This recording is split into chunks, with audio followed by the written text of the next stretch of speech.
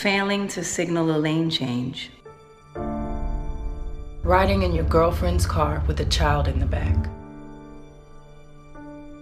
Running to the bathroom in your own apartment.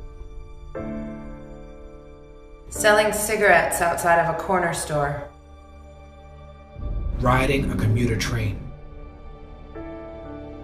Walking home with a friend. Making eye contact. Selling CDs outside of a supermarket. Wearing a hoodie. Walking away from police. Walking toward police. Missing a front license plate. Holding a fake gun in the park in Ohio. Driving with a broken brake light.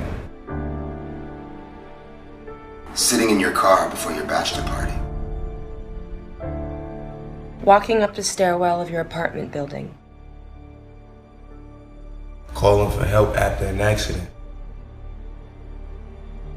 Holding a fake gun in Virginia. On the way to Bible study. Holding a fake gun in Walmart. Laughing. Holding a wallet. For attending a birthday party.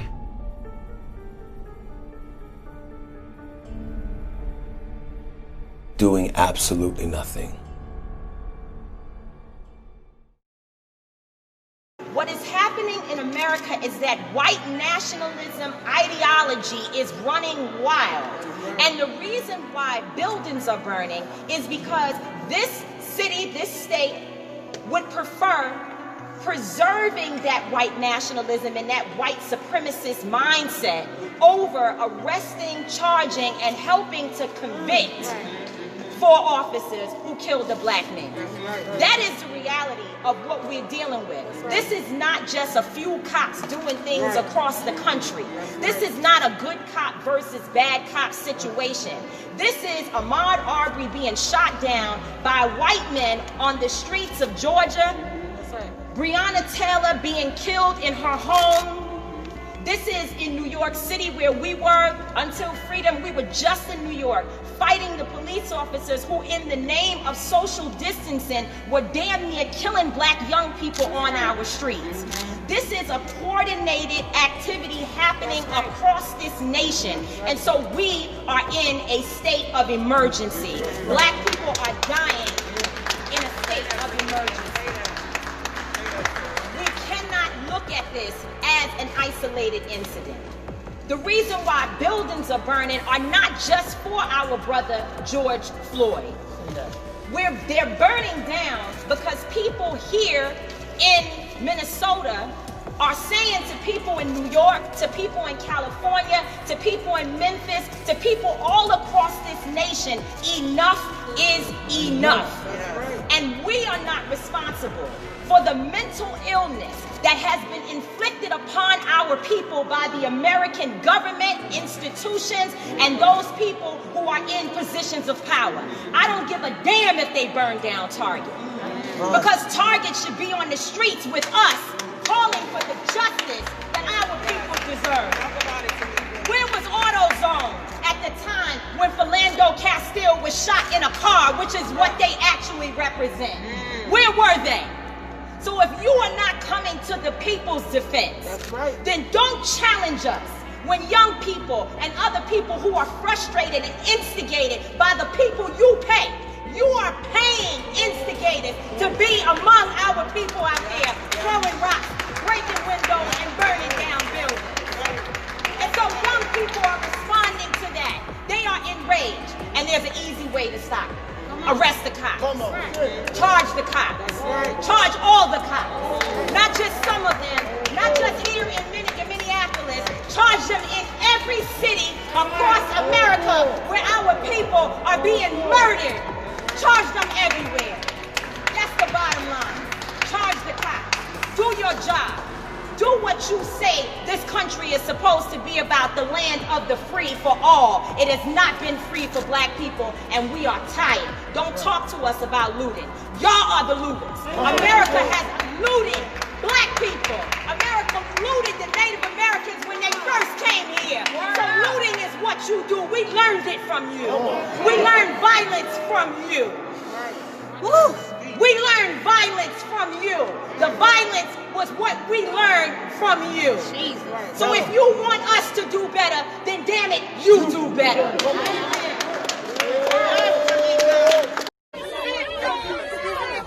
I need you guys to understand it.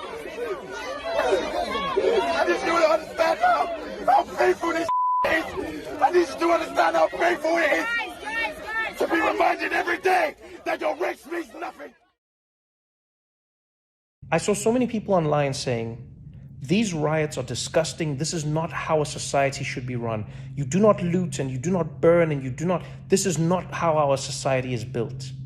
And that actually triggered something in me where I was like, man, okay, society, but what is society? And fundamentally, when you boil it down, society is a contract. It's a contract that we sign as human beings amongst each other. We sign a contract with each other as people, whether it's spoken or unspoken, and we say, amongst this group of us, we agree in common rules, common ideals, and common practices that are going to define us as a group. That's what I think a society is. It's a contract. And as with most contracts, the contract is only as strong as the people who are abiding by it. But if you think of being a black person in America who is living in Minneapolis or Minnesota or any place where you're not having a good time, ask yourself this question when you watch those people. What vested interest do they have in maintaining the contract? Why don't we all loot? Why doesn't everybody take? Because we've agreed on things. There are so many people who are starving out there. There's so many people who don't have. There are people who are destitute. There are people who, when the virus hit, and they don't have a second paycheck, already broke, which is insane, but that's the reality. But still, think about how many people who don't have, the have-nots, say, you know what, I'm still gonna play by the rules even though I have nothing, because I still wish for this society to work and exist. And then some members of that society, namely black American people, watch time and time again how the contract that they have signed with society is not being honored by the society that has forced them to sign it with them. When you watch Ahmaud Arbery being shot and you hear that those men have been released, and were it not for the video and the outrage, those people would be living their lives, what part of the contract is that in society? When you see George Floyd on the ground and you see a man losing his life in a way that no person should ever have to lose their life, at the hands of someone who's supposed to enforce the law, what part of the contract is that? And a lot of people say, well, what good does this do? Yeah, but what good doesn't it do? That's the question people don't ask the other way around. What good does it do to loot Target? How does it help you to loot Target? Yeah, but how does it help you to not loot Target? Answer that question. Because the only reason you didn't loot Target before was because you were upholding society's contract. There is no contract if law and people in power don't uphold their end of it. We are here. We celebrate the things that brings us together and the ones making us unique. You might know us under the names diversity artists. It's a term quite in vogue nowadays. Diversity, the condition of having or being composed of a different element. In other words, to change things up. The artists of change. Sounds good, right? I think it was so interesting the first few weeks of quarantine where you almost saw this uniformity, this care across everyone of like, wow, we, this collective we are really going through a challenging time. And then the news articles started coming out about the inequality that we see in transmission, mortality, treatment, etc. That in and of itself was challenging. Then you saw the behavioral finger pointing of whose fault it was for even contracting this type of thing. So that added to it. Then Detroit being a hotspot added to it. And then the things that the Black community is already used to facing now emerges on top of this. So exhaustion, I don't know if there's a more heightened word for that, but exhaustion on 12 is probably where we are. Yeah.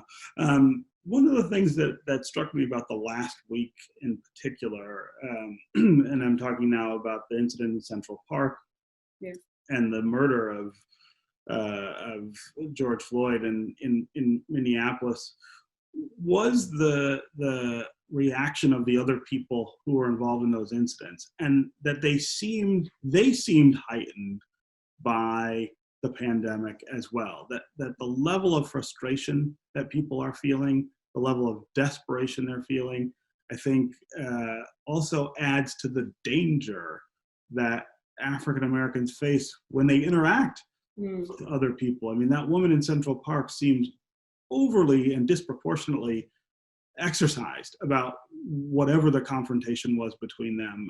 And the police officer in Minnesota, the look on his face as he put his knee on Mr. Floyd's neck and had almost no reaction as he begged for his life. That's another level of callousness and danger, again, that I think we're facing right now.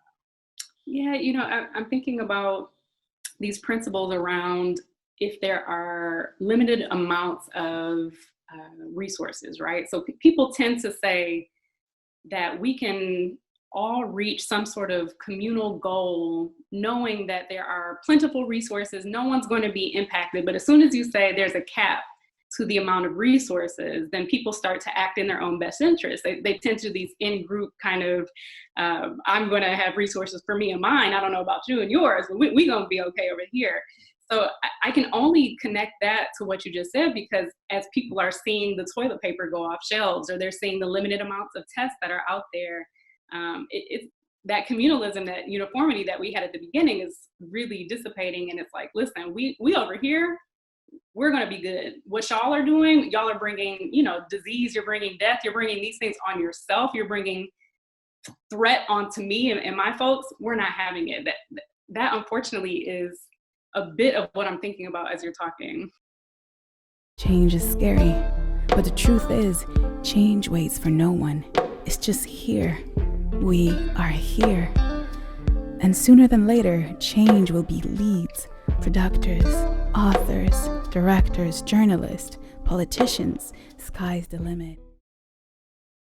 Our nation and the world is still in the midst of a global pandemic that's exposed the vulnerabilities of our healthcare system, but also the disparate treatment and, as a consequence, the disparate impact that exists in our healthcare system, the unequal investment, the biases that have led to a disproportionate number of infections and loss of life in communities of color. So in a lot of ways, what has happened over the last several weeks is challenges and structural problems here in the United States have been thrown into high relief. They're the outcomes not just of the immediate moments in time, but they're the result of a long history of slavery and Jim Crow and redlining and institutionalized racism that too often have been the plague, this original sin of our society. And in some ways, as tragic as these past few weeks have been, as difficult and scary and uncertain as they've been, they've also been an incredible opportunity for people to be awakened to some of these underlying trends. And they offer an opportunity for us to all work together to tackle them, to take them on, to change America and make it live up to its highest ideals. And part of what's made me so hopeful is the fact that so many young people have been galvanized and activated and motivated and mobilized. Because historically, so much of the progress that we've made in our society has been because of young people. Dr. King was a young man when he got involved. Cesar Chavez was a young man. Malcolm X was a young man. The leaders of the feminist movement were young people. Leaders of union movements were young people. The leaders of the environmental movement in this country and the movement to make sure that the LGBT community finally had a voice and was represented were young people. And so when sometimes I feel despair, I just see what's happening with young people all across the country and the talent and the voice and the sophistication that they're displaying. And it makes me feel optimistic. It makes me feel as if, this country's going to get better. You may write me down in history with your bitter, twisted lies. You may trod me in the very dirt, but still like dust, I'll rise. Does my sassiness upset you? Why are you beset with gloom? Just because I walk as if I have oil wells pumping in my living room.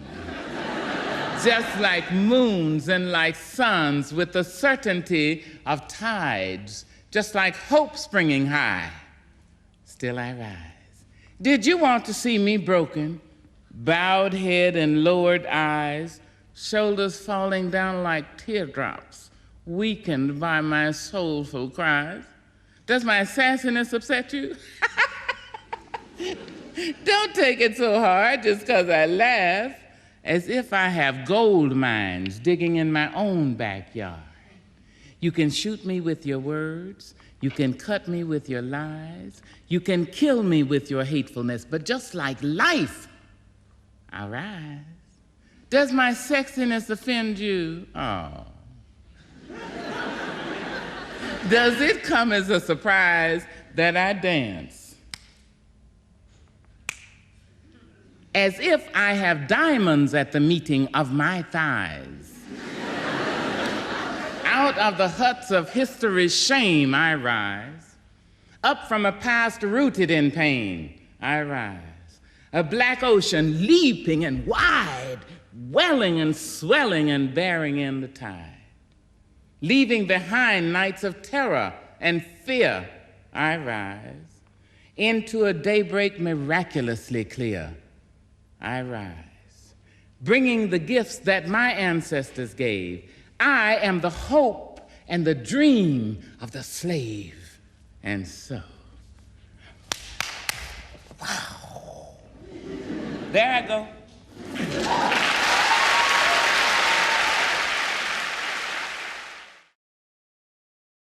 If I may suggest, if you run an organization or an institution, before you bring your staff back, require that they take a course in anti-racism. Also require that your board of directors take that same course. It's a retreat-style format. You're amongst peers, and you're in a safe space. Also, if you're a big enough institution, perhaps you can host one of these retreats in your space. If we are going to plan and strategize and mobilize around these issues of equity and all the buzzwords, we have to make sure that we are all rowing in the same direction, even if it feels like it's upstream, and make sure that we're singing from the same sheet of music.